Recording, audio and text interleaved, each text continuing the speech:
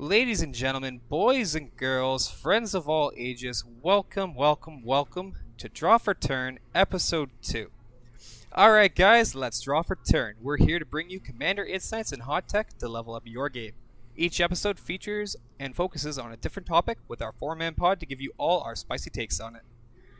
Just a quick little intro before we delve into the news on the stack and this episode's topic, Fetchlands and their impact in Commander. Guys, as always, we're joined by myself, Sean, our good friend Adam, our good friend EK, and our good friend Steven. And as always, and obviously, we make up Draw for Turn. Adam, you want to run us through our news on the stack today? Yeah, let's put some news. Let's put some news on the stack before we get into our main topic today. So we got a minute to talk about various news topics from the world of Magic the Gathering. The news is now on the stack, and let's see what's resolving today. New secret layer drop. I think, as the professional would say, 5 new secret layers dropped this week. Focusing on traditional American tattoos, transformers, cosplaying planeswalkers, lightning bolts, and ornithological birds. Buying them all gets you a random secret layer enemy fetch land, and each is priced at $35 US. With the rapid influx of secret layers, is this one worth buying? I mean, I like the cosplaying planeswalkers, but also, isn't there still delays going on for this stuff? Yeah, there's still little delays for some of the older products still, so I'm not sure how they could even think about trying to push more product out. I think, again, like with all the secret layers, there's definitely value there. I think the first one actually launched today. I know that for a fact because I ordered the tattoo one. And it was today, but I have no interest in all 5. It doesn't appeal to me. It should to a lot of people. I think the birds one is really, really cool. And obviously the tattoo one was 5 cards I literally was about to pick up. So it was a no-brainer. I needed a copy of each of them. And it was literally the most cost-effective way to do it. So there's value there. EK? If you like them, get them. If you don't like them, don't get them. I think, $150 for all the layers and a random fetch is kind of ridiculous. Yeah. What am I supposed to buy 3 Scalding Tarns and hope I get the 4th? Yeah, I don't know. Kind of. Yeah, I think it's a kind of like just a way to get. It's a weak way to get more into the market, but I'll take it. I guess it's less. I mean, it's.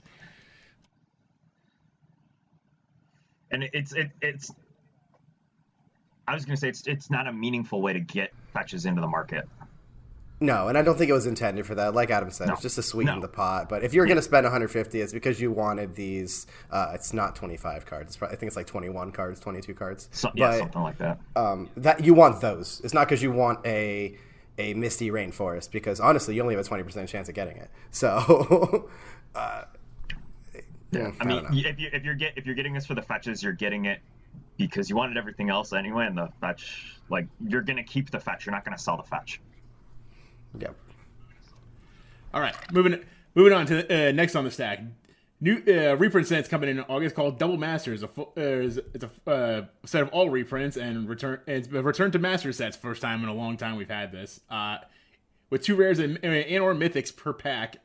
Reprint spoils so far include the likes of Mana Crypt and Blightsteel Colossus, 2 cards that currently command a high price point. No official MSRP is set because Wizards doesn't do that anymore. But speculative prices based on Amazon listings put boosters at around 20 a piece and booster boxes at around 300 each. There have been mixed feelings about its price point, and some listers had the booster boxes and packs at much higher price points. Guys, is this good for? Is this a good product for the MTG player base, or is the price point cause for alarm? I want to say product-wise, yes, it's good. Reprints, great. I mean, I may have just cracked my 2 Mana Crypts, but these are reprints that are in demand. Not sure about the price points, though, because, I mean, anytime we've had a master set, it's always been, like, in our area, $250 Canadian, so, like, 180, 200 US. But now, 400? Like, 300 US, 400 Canadian? I don't know, like. And that was just the first run of pre-orders. They've since gone up an astronomical price, so. Oof. Like anyone trying to get a box now is probably paying like $500 at least. 500? Is the EV there though? The thing is we don't know if the EV's there. We only know 6 cards in the entire set. Shown like the top end, like creme de la creme cards. So like, Yeah. Right. all we know are the chases. So the question was like kind of two different questions. Is it a good product for the MTG player base? I think yes. I think anytime they're reprinting stuff we want, it's good. I don't think there's any way you can argue that. Is the price point cause for alarm? That's a totally different question.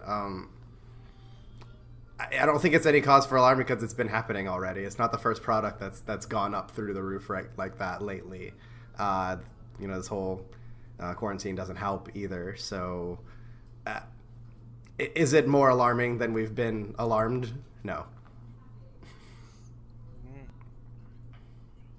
All right, moving on to earlier this morning, Wizards announced a change to the companion mechanic, which changes a drastic one at that too. So now companion now reads it basically starts outside the game, but you have to use a special action to put it in your hand, and it costs 3 generic, and you can only do that special action anytime you can do a sorcery. Other than that, the deck building restrictions are still in play. You still have to adhere to the commander's deck building restrictions to be able to use it. Is this okay? What does this do to companion as it relates to commander? Well, I mean, depends on your playgroup, right? Functionally, commander does not have a sideboard, but we have heard that there's going to be a sort of companion placeholder. There already companion is. placeholder. They changed the rules of commander to allow for companions to function. So that's not cause for concern whatsoever. Yeah, and I mean, companions weren't really ever, I want to say, they weren't a large issue in Commander anyways right now. Heck, 2 of them aren't really relevant. I haven't even had a chance to play a game of Commander since I had a companion in front of me. So, like, I actually don't even know. So, I guess it's okay. I play a lot of... None of us play them, so... I played a lot of Constructed in the past few weeks, and that's obviously where it was much more of an impact, and... This isn't a Constructed podcast, but Commander, I literally haven't even tried them, so I guess it's okay. Pay 3, draw a card, whatever.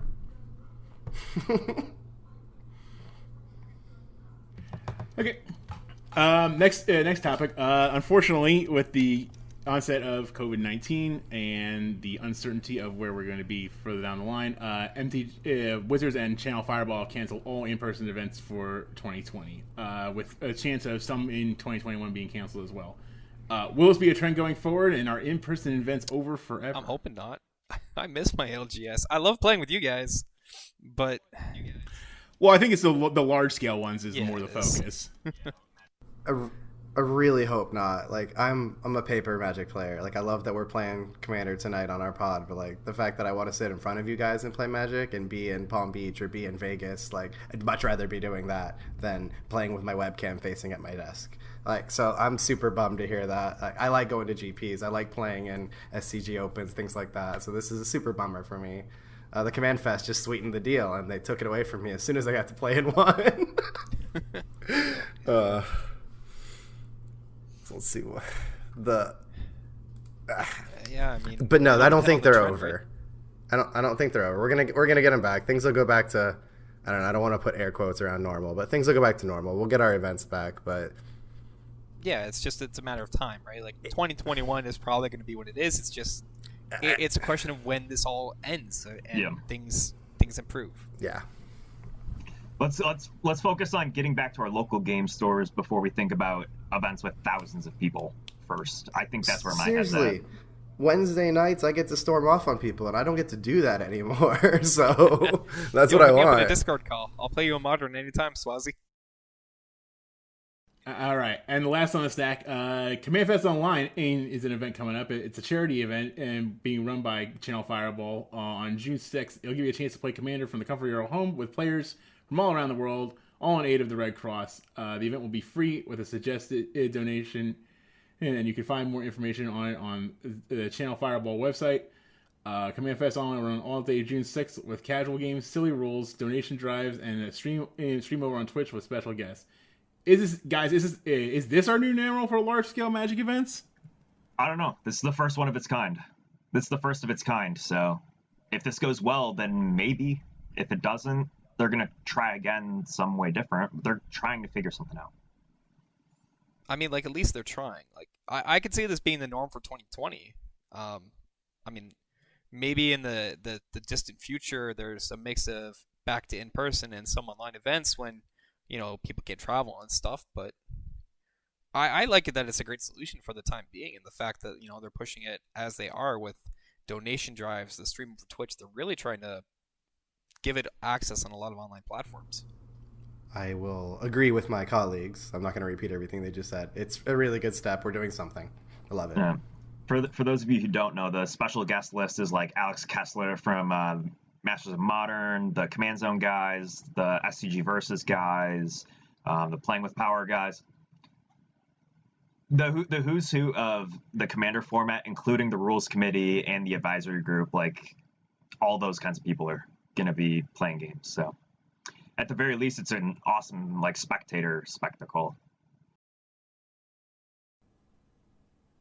All right, and that's all we've got. Everything resolved for news on the stack. So now I'm going to hand it over to Astrals for our main topic, Fetchlands and their impact on Commander. We have a lot of spicy stuff to talk about. We've gotten some really interesting news of new sets and the apparent reprint of fetches this year. And it drags up the topic, guys. What is the purpose of a fetch land? What's it do in Commander? And is it even for you?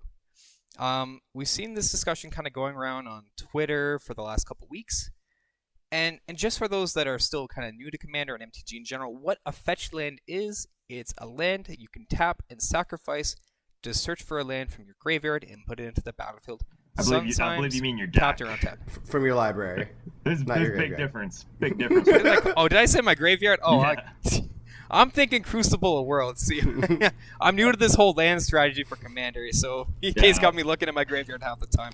My bad. Yes, that you find from your deck and put onto the field. Big difference there, buddy. I think if it was search from your graveyard, we wouldn't be having this discussion. Oh, you're probably right. EK, why don't you tell us about that Twitter post you were talking about a few weeks back, man? So I was scrolling Twitter. It was probably like a week and a half or 2 weeks ago, and Chase, aka @ManaCurves, who is another Commander content creator, put a poll on our Twitter that went the following: do you like to run fetch lands in Commander? I personally don't like to, but I'm curious about what you all do. And the three options were: yes, they're a must; no, I don't vibe with it; and if I have them, why not? And 60% of people said, if I have them, why not? 20% of people said, yes, they're a must, and 12% of people said, no, I don't. Which kind of got me thinking, that's actually a huge minority of people who think that fetch lands aren't a big deal. Or sorry, there's only 20% of people out there who think that they're a big deal for the format. So, and like, I was dumbfounded by that number. I think that's such a minority.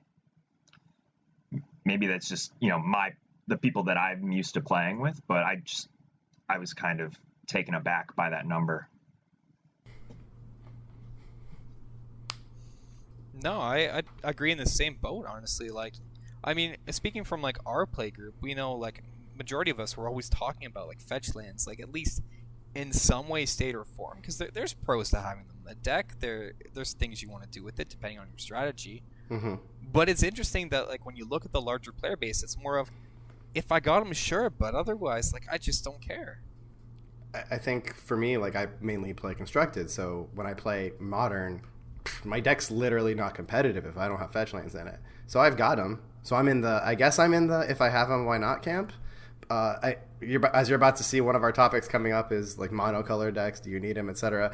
Spoiler alert: when we play our pod later, my Urza deck literally has all of the off-color fetches, which will be a topic of discussion. Like, but I have them. I didn't go out and get them for the deck. So, right, kind of throws you in the majority there. Like, if I have them, why not, right? Mm-hmm. I mean, I was gonna say, like, you're naturally a constructed player. If especially for modern, if it's kind of generally accepted that having those fetches is the barrier cost to just playing the format, and you can't play them without them. Let's not even talk about legacy. It's even higher there. You have to have the fetches into the duels. Like, it's insane. But yeah, you're definitely right. Yeah, thank God for Pioneer. Yeah, actually though, Pioneer is Are they? They're not even legal in Pioneer, right? They- You No, have your shot limits, banned but- outright before the format even played its first game. Yeah, in the Yeah, that's what I in the thought. announcement of the format at its inception, they said, "Don't even worry about it. These are just banned. The 5 So, Zendikar ones. Take your tinfoil hat off." Yeah. Yeah, because the other ones yeah, aren't I even mean, legal. The other ones aren't There even are legal, different types of fetches too. Yeah, Just moving on to like, there's definitely, of course, your ones you know of, Flooded Strand, Polluted Delta. That's typically what people are talking about when they mention a fetch land. But that's not the only way to do it, especially if you're not trying to drop $60 to $100 for a Misty Rainforest or a Scalding Tarn or something like that. There's other ways to get your island in play. And we've got cards like Evolving Wilds. Didn't that just get a reprint, EK? it gets reprinted like every other set. But like literally like in Ikoria, right? Yeah, it got reprinted. Yeah, everywhere, like yeah. literally just reprinted. So it's always And around. It's like, easy to get. It was already like a dime. But you can literally go to your store, support your LGS. You can literally go to your store and pretty much point at a pack and have a chance at getting an Evolving Wilds, and it will help you fix your mana. It will help you in these situations. Slow fetches. Obviously, Mountain Valley, I believe, is one of them. Yeah, and those are like, you know, your Scalding Tarns and everything like that, but they come into play taps. Yeah, and they're dirt cheap too. Like maybe 50 cents to $1. They've had a couple reprints. Yeah, if that. Like I know the Flooded Strand equivalent one is a dime, maybe a quarter. Yeah, I think Mountain Valley, the red green one, was like 50 cents. But Like I they've had literally reprints, need the too. Izzet one. Like I need one of those for my deck because I don't have a Scalding Tarn. Like that'd be actually a really good card to get. Yeah, I mean maybe. Yeah. Depends on how fast you want to play.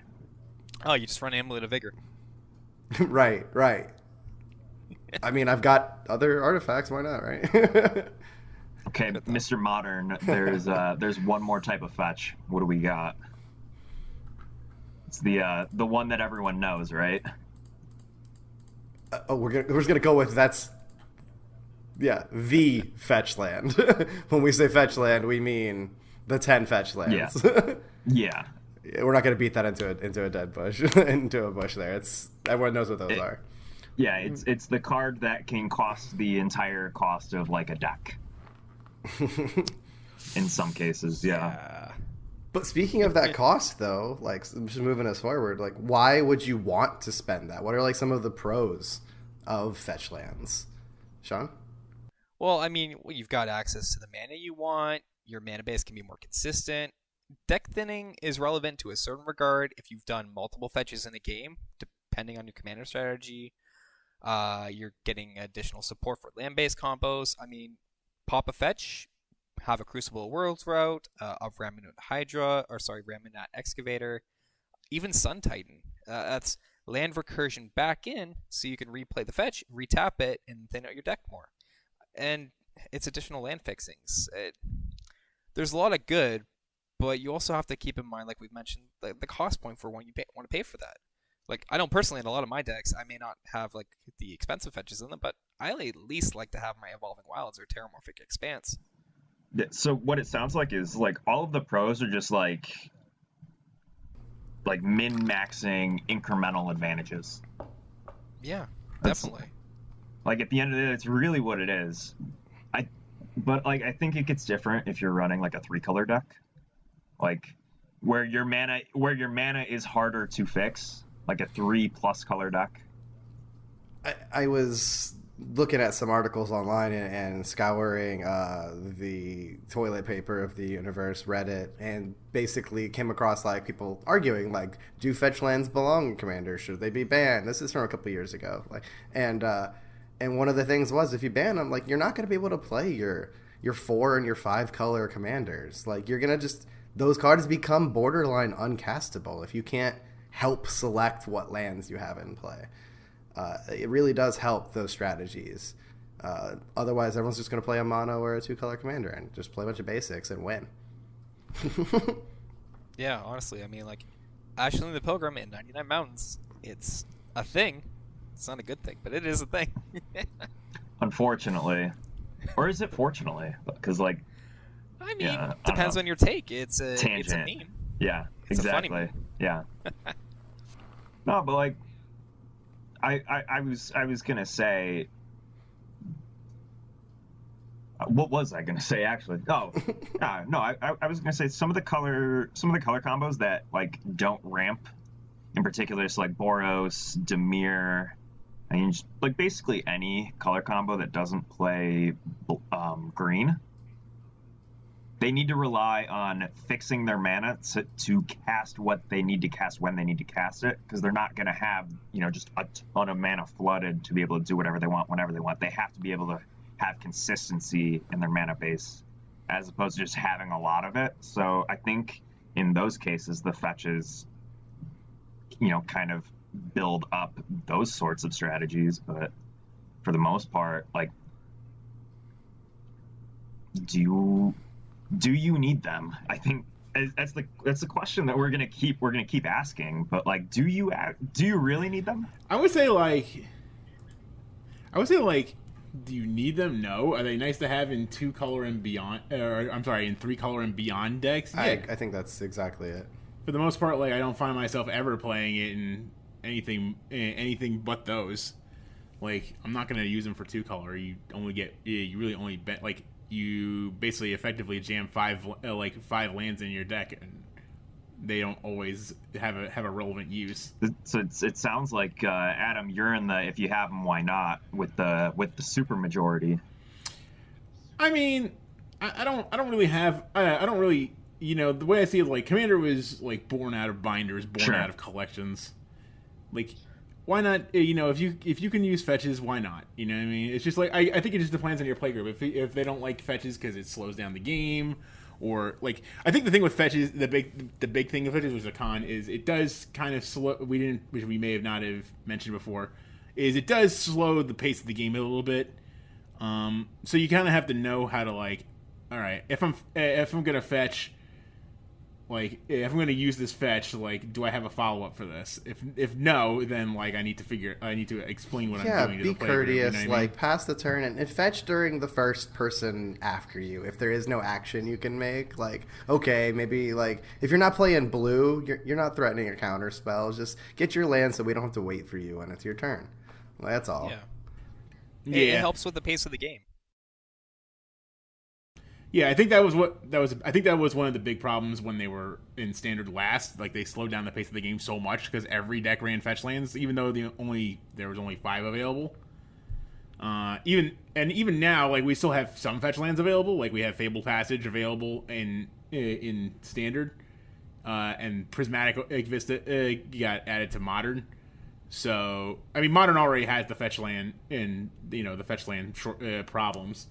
But this is also part of why they banned all the fetch lands in Pioneer. They didn't want it to turn into like mini modern, basically, where games took forever. Things were too consistent.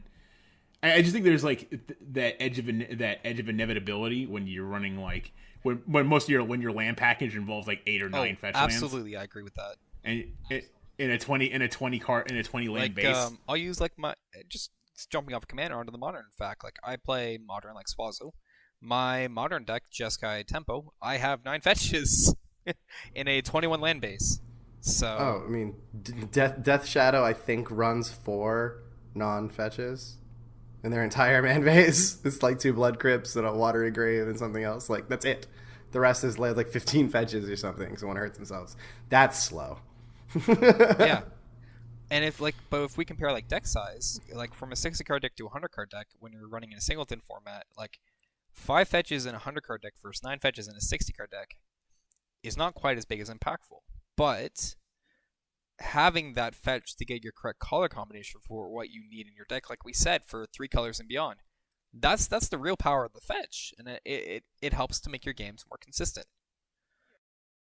Yeah, but even I pull the reins on myself there in 3-color and beyond. Like I'll only play fetches that appear in my colors. You know what I mean? That gets into that gray area kind of, because fetches don't follow color identity. Mm-hmm. Yeah, that's the big thing. Like they don't have colored mana symbols on them, so that's kind of it's a problem, but also a good thing. Like for some cases it's good. For a lot, I see both sides of it. When I first started playing Commander, I literally didn't put the fetches in my deck because I didn't know that color didn't matter. I figured, oh, this is red green. I can't play this in my all green deck. That made sense to me. I had to be told that I could play it, and then shoved it in my deck. But well, I'll one up you on that. So there's an idea. So you take a commander like Titania, you just play all of the fetches, because all that she cares about is putting lands into the graveyard. You just fail to search on all of the complete off-color fetches, and you get your elementals. But because there's no color at enemy, you can just run them anyways. So like, there's nothing that says that you can't do that. You know, it kind of comes down to that whole rule. You know, again, it harps back on Rule 0. Like, you know, talking to your playgroup, you can say like, okay, if we're gonna play fetches, we're only gonna play on-color fetches, or like no off-color fetches, or these certain ones are banned or something like that. Like, there's a lot of gray area that surrounds them in the format. Yeah, and you have to, and that's things you need to talk with your playgroup about, like how you want to approach it. Like, especially when we're talking commander power levels. Like, if you want to look at like a deck that's maybe power level 4 or 5, do you want to have like 5+ fetches in it, or and beyond? Like, it all depends on your strategy. Like we kind of touched on before, like a lands-based strategy, like EK, you run with Windgracer, like I'm gonna be doing with If Reborn. Like, you know, fetches are like kind of an integral part in that. But yeah, it's two landfall triggers, or exactly, double landfall triggers is an actual big benefit. Yeah, or like 2 Field of the Dead triggers, or like, you know, 2 Valakut triggers, even if you have Prismatic Omen or the Dryad out. Exactly. Yeah, and that's huge. Definitely. But like, it's things to talk with your playgroup about for sure. And like, there's always at least like a base package if you just want to go with a couple fetches to help get consistency out. I mean, like we said, you have your Evolving Wilds, you have Blighted Woodland, you have Myriad Landscape. There's options, and they fetch basic lands. Yeah, so it's not like you don't have options even that are not the expensive optimized fetches. It's just like they're not as good. So you have to decide if this is what you the way you want to play, really. I think the big thing is like we haven't seen Fetchlands reprinted in so long, yet they're in demand in multiple formats. So what do you guys think? Like, why is Wizards handling the reprints of Fetchlands the way they are? Like, I'll put it this way: the next time you're gonna get a fetch, you have to pay $300+ for it for a secret lair, and there's not that many of them, and there's still a high demand for them. And that reprint isn't really a reprint, because that's not actually aiding the secondary market to kind of ease the cost on everything else. Yeah, it's causing inflation. It's an alternate art of a card that's already expensive. You're just making a version that's even more expensive. Like, yeah, like, I'll be honest with you too. I like the original arts more. I'm being honest. I think one of them I like more. The Arid Mesa I think looks better. But anyways, that's off topic. Nice. But if you had asked me this question a month ago, I would have said the best place to put them would be in whatever the next Masters set was. I am now gonna not say that because they're not in the next Masters set. We've been told. You need to put them in a draftable set. So what you're saying is you need them in Commander Legends, because you can't put. I don't. You can't put them. You can't put them in. I want them in. I want them in standard, but I know 90% of people. I know 90% of people don't, so they can't put them in standard. Then, or everyone's gonna be pissed. I think Commander Legends is where it has to be. Yeah, well, unless there's another product we don't know about. Yeah, because the problem is when they're in standard, and I've played in like 3 different standard environments where Fetchlands exist. Like, sometimes you don't get to game 2. Yeah, no, I know. I've also played in those formats. I get it. They do slow the game down, but they give you the ability to do what you want consistently in those environments. Yeah, it makes decks way too consistent. As far as the game's taking so long, though, the direction that we're going, we've already seen them print was it Crystalline Giant, the most ridiculous paper card ever, but it works just fine on Magic Arena. I mean, we might be seeing more of a trend here, unfortunately. You don't have to shuffle your deck at all if it does it for you. I think the easiest way to reprint Fetchlands and to make everyone happy is you put them in Commander Legends with cards that are literally only playable in Commander. So you just have all the MTG finance bros out there buy up all the boxes, crack them for the fetches, and then sell every other card because the fetches are the only useful cards for them. Yeah. And I think like if they were to, well, we know there is going to be a reprint. Yeah, they've said there is a reprint this year. So Commander Legends, yeah, it's on one of the posts they released a few months back. But like Commander Legends, if it wasn't going to be Double Masters, which we already know, Commander Legends makes the most sense. And unless they put them in the new Zendikar standard, which it's not out of the question. It's probably just it's ill-advised. As much as we don't want it, as ill-advised as it is, the last time we saw fetches was where? Zendikar, wasn't it? Exactly. Oh, sorry, you're right. It was cons, and then we had a reprint in Modern Masters 20. No, I meant just what plane, though. I meant like... cons. Yeah, okay, but we did have them on Zendikar as well. So, like, it is not an unheard of fetchland place. That's true. So, I don't know. Maybe we see a different version of fetch in Zendikar, but that's actually another idea. You reprint the fetchlands in quotation marks, but you name them something completely different, and you put them in Commander Legends. So they're only useful for the Commander players and the Legacy players. I would be fine with that. I think that would be a really cool approach. Even if we had maybe it's not so much like a dual fetch, but what if they gave us like a triple fetch? I don't know. Like you could fetch one of three type. It screws over the modern players, is what it does. All you're gonna do is double the price of all the modern fetches. Is what you're gonna do by that. So you just make them less attainable. So I don't hate that idea if you're giving me the other fetches also. Like, yeah, they are an audience, and they are a group of Magic players that you do have to recognize and kind of foster their community and their format. So you can't just reprint them under another name, have them be illegal in those formats, and say, sorry, well, we did reprint the fetches, we just made them in such a way that you can't use them. Yeah. Right. If they're gonna do a reprint, it does have to be something accessible. I mean, as much as Commander Legends is said to be a Commander product, my hope is it's gonna be the actual fetches with their proper names. That's I hope so. Fetchlands are expensive. Something to bring down. As much as we all can say Magic is an investment in certain ways, there does come a point when a card does not have to have such a high value where it just can't be bought by anyone. It needs to be at an equitable price point where it's affordable by most players and attainable by most players. I think it comes down to the fact that this is a game, and if you can't play the game, what good is the game? Like, if I can't get the cards to play it, what? Yeah, like, I'll use Mana Crypt, for example. Mana Crypt's $200 a card? Like 200 Canadian. Like Mana Vault, you mean?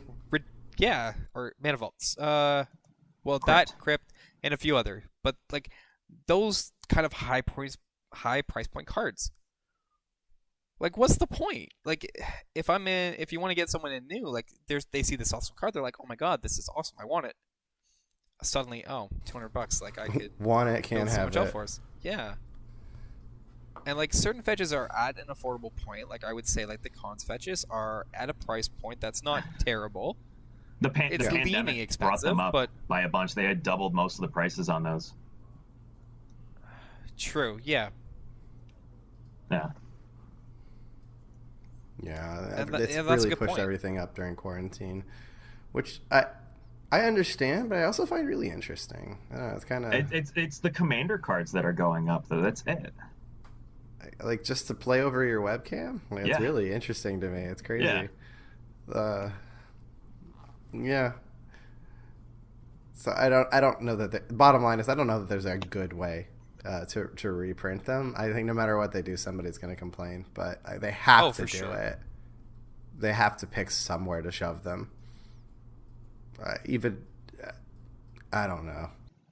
I don't know. But no matter what, I think at the end of the day, if they do find a way to do it in a meaningful way, like where it just enough of it gets into the market, more of it's going to get sold. So technically, there is more money going through transactions and everything like that, which means more people are playing. More people are. You might have someone say, "Oh, hey, like $22 for a Wooded Foothills is too much." But like, if it was Agreed. 12 or 13, like, yeah, I would buy a 4 of. Yeah, absolutely.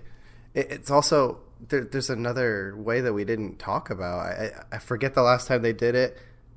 If it was one of the Amonkhet sets or Battle for Zendikar, they had the set that was standard legal, and they had like an additional product that was not standard legal. Is that what they did with like the masterpieces and stuff? No, they were in regular booster packs, but they just stuck them in. But they weren't standard legal, correct? No, but you could just get them in a booster pack. That could be a way to get Fetchlands in a standard legal set to open in packs and just have them not be standard legal. So they have options. Not that that's the way they're going to do it or the best way, but they have options, and they've done other ways before. That's true. But I mean, like you said, like it's an approach that they could consider, and I mean, that does kind of open the doors to different printings, different artwork styles, like what we saw with the expeditions, but in a bit more of an accessible way, and not in a cough secret lair $400 cough kind of way. That's like, $400 if you're able to get your hands on it. Yeah. Yeah. It's more than that. No, that's true. I mean, that was just base. Yeah.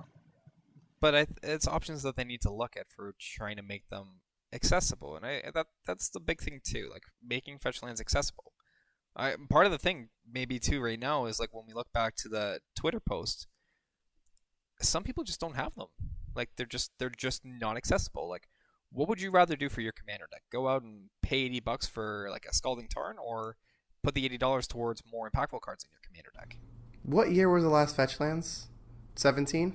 Yeah, in the Modern Masters. Modern Masters, yeah. So the people in the last 3-4 years probably don't have Fetchlands if they've been playing the game. And why are you going to buy the Masters set that doesn't apply to your mono green Stompy standard deck? You're probably not buying that product. No. So like, there's a lot of people who just don't have them. Definitely. They need to do something. Adam, you got anything else to add?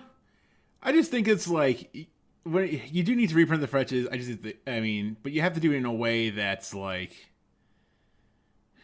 you have to do it in a way that's like smart and like make sure it's inclusive for everybody or everyone who wants to get them. You know what I mean? Even if it's pulling it out of boosters or whatever. But like, I just can't see it going into a standard set again. I think it's like 3 strikes you're out kind of for these Fetchlands. Right. Standard. I just we need them to be in a product. This happened on Magic Online. It was very funny, but they need to be in a product that people are opening. If they're in a product that they're just buying and storing on their shelves, they're never going to bring the price down. But like it happened on Magic Online when Ren and 6 came out and Modern Horizons. Nobody was opening treasure chests, so there were no Ren and 6s. So it was a 150 ticket card or whatever. But we don't want that to happen. They reprint fetches, but nobody gets them. That doesn't help anybody. Yeah, it's almost creating like a detrimental way. Like you're just, I don't want to say, like there's obviously demand for it, but you're not answering the demand with a steady supply. Like it kind of evolves into the same way. I don't know if you guys have seen that Tolarian Academy video that was done up about the double masters printing and the price point that it was set at. But I just want to touch on the supply and demand that he kind of used as an example. So at the price point that they sold it at, there's maybe, let's just say, a quarter of the Magic population could get it, just as a hypothetical example. But the cost of the actual price to make that set is the same as it is for any other set. It's 5 cents a cardboard, for example. If you, say, lower the price point at what you want to sell the set for and produce more of it in a run, you make more availability of the product that can be bought. If that was the same kind of approach that they had taken for this when we get the reprint of fetches, hopefully it's not set at a high price point, obviously, but if there is a more higher print run of it available and more product available, there's more supply for it to answer this demand, which may hopefully adjust the prices back to a norm and they get in more people's hands. Yeah, I mean that's the other thing too. They know no matter how they do it, it's going to sell. Like it's going to sell out in seconds. It will sell out. Like, yeah. So if you know that it's going to sell out no matter what, sell it at such a price point that everyone, absolutely everyone, is going to want that product. Like, little Johnny and his birthday money is gonna go buy a booster box, and like he's able to get it. But you've also got like Spike or whatever, your tournament grinder. He wants his singles for just the one deck that he's taken for the weekend, and he wants to be able to get it at a good deal. Yeah. I don't know what the answer is. I didn't get my economics degree. I almost did. But I'm not quite qualified enough to make the decision. But I know that there's an answer somewhere. It's just, what is it?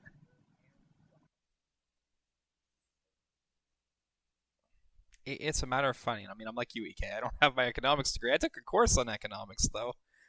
Granted, it was for engineering, but I tell you, my professor was really interesting, and his grandfather and his whole family line of business were grave diggers.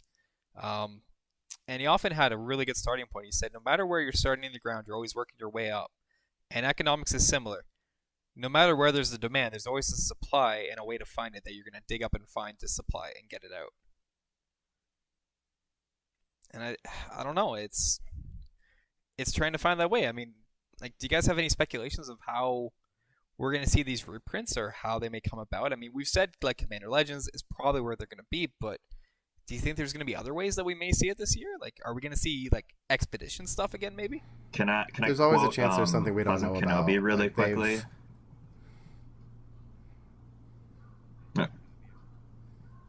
Yeah, are they gonna sneak in like a secret fall set, kind of like how they sprung Conspiracy on a lot of people?